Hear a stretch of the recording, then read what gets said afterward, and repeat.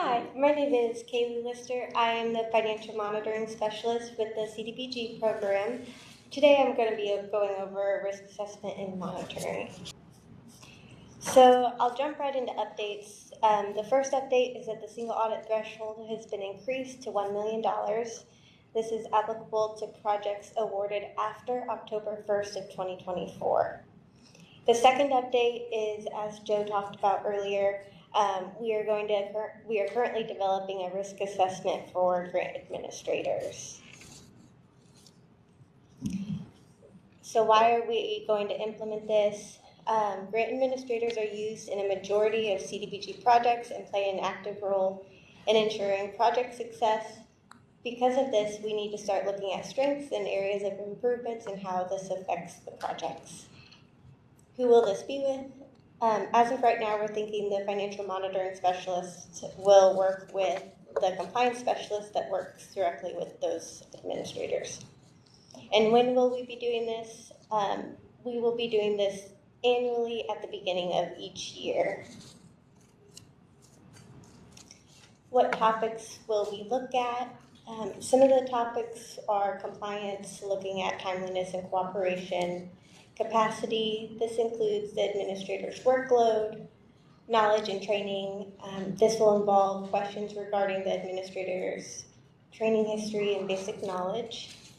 Impact on community, involving questions on how well the administrator works with communities. This process is still in development, so we'll give more information as we have it. So moving on to risk assessment. What is it? The risk assessment is the evaluation at the beginning of each project that looks at the risks the subrecipients may pose to the success of a project. This is a federal requirement that helps us identify risks to projects and know how much time and resources we need to dedicate to each project. On the screen is the regulations for both risk assessments and monitoring, where you can review our guidance on conducting each. When we do the risk assessment, we may look at the quality of the application, the award amount, any risks associated with the program, cybersecurity risks, fraud risks, and impacts on jobs and the community.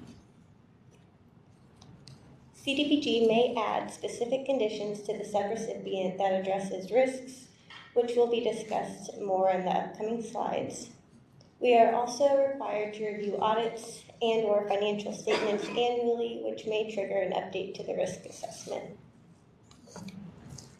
During the risk assessment, we consider financial stability. We look at how well the community manages financial risks, assets, and resources. Management system and standards. We look at the subrecipient's quality and implementation of management systems and standards. History of performance, how well the community managed previous awards, if applicable. We look at audit reports and findings, if they have an audit, and how well the community can implement federal requirements as well. We are required to complete the risk assessment at the beginning of the award to determine the monitoring plan. Some of the questions include whether the entity has done federal awards, if they were successful, if they were cooperative, if they had enough staffing for the project, if they have a new accounting system, and if they had turnover of management and key positions. The risk assessment also reviews single audits, or financial statements at the end of it. Once the risk assessment is complete and the compliance specialist and financial monitoring specialist come to an agreement on the monitoring plan, a letter is sent to the subrecipient. This letter includes the risk level, the level of monitoring, and the reason for the risk as well. CDBG is required to monitor every project to ensure that project and program goals are met, as well as requirements are followed. Monitoring happens downstream. CDBG is monitored by HUD, and we monitor all the subrecipients. CDBG should make an entry to the monitoring checklist at every contact to document the monitoring that took place. Kim will be going over this more in detail in an upcoming presentation as well. The first part of the risk assessment is the administrative requirements. This involves a review of CDBG history, if they have a large number of projects, if they had employee turnover, and if they have a specific responsible person for financial activities. Part 2 is about financial systems. This involves questions regarding a modern accounting system, if they track items that are federally required, if they changed their system recently, and if the system provides the required reports. Part 3 is an evaluation of internal controls. We evaluate their policies and procedures, ask if they have sufficient and trained accounting personnel, if they compare expenditures with their budget, and if they avoid conflict of interest.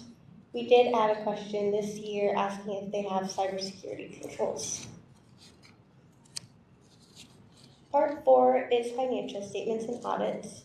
We ask the subrecipient if they produce annual financial statements and if they have an auditor. We review audits or financial statement as well after the risk assessment. We look to see if the audit is unmodified, if there's any findings, if they have the ability to follow up and fix the findings, and if they had to have a single audit. We use low, moderate, and high scoring. Each question gets a 1, 2, or 3 score. Low is 1 and 3 is high. The higher the score, the higher the risk. If there's a disconnect between the audit rating and the risk score, we will monitor at a moderate level as well. The Chief Financial Officer is required to do a management decision if there is a finding on CDBG funds. This decision may include additional monitoring, specific conditions, and or a payback of funds. Findings on CDBG funds requires an action plan to make sure the finding gets remediated. DED may put specific conditions into place under the following circumstances. Based on the risks identified, when the subrecipient has a history of failure to comply with the grant agreement, when they do not meet performance goals, or when the subrecipient is not responsive. Some specific conditions we may implement are delaying the next phase of the project until evidence of acceptable performance within a given period of performance, requiring additional financial reports, requiring additional monitoring, requiring technical assistance, establishing additional prior approvals, and any other items that DED may deem necessary. If a specific condition is imposed, DED will notify the subrecipient the nature of the requirement, the reasoning for the requirement, what they have to do to remove the requirement if that's possible, the time frame allowed to complete if that's applicable, and how to request a reconsideration. Once the condition that prompted the specific conditions is corrected, we will promptly remove that specific condition. DED is required to determine if the subrecipient needs to conduct a single audit. To complete this requirement, the ROFA form is sent to each subrecipient at the end of their fiscal year. On the form, we want expenditures from all federal sources for that fiscal year. The single audit threshold, as I stated earlier, was moved to $1 million to projects awarded after October 1st of 2024. Projects awarded before that date are still subject to the $750,000 threshold. We require the ROFA to be completed and returned within 60 days of the subrecipient's fiscal year end. We want expenditures reported, not just grants awarded. An email will not satisfy this requirement. We need the form signed by the appropriate official. If there is no expenditures, the subrecipient will put the award number and $0 for the amount and then select no single audit is needed.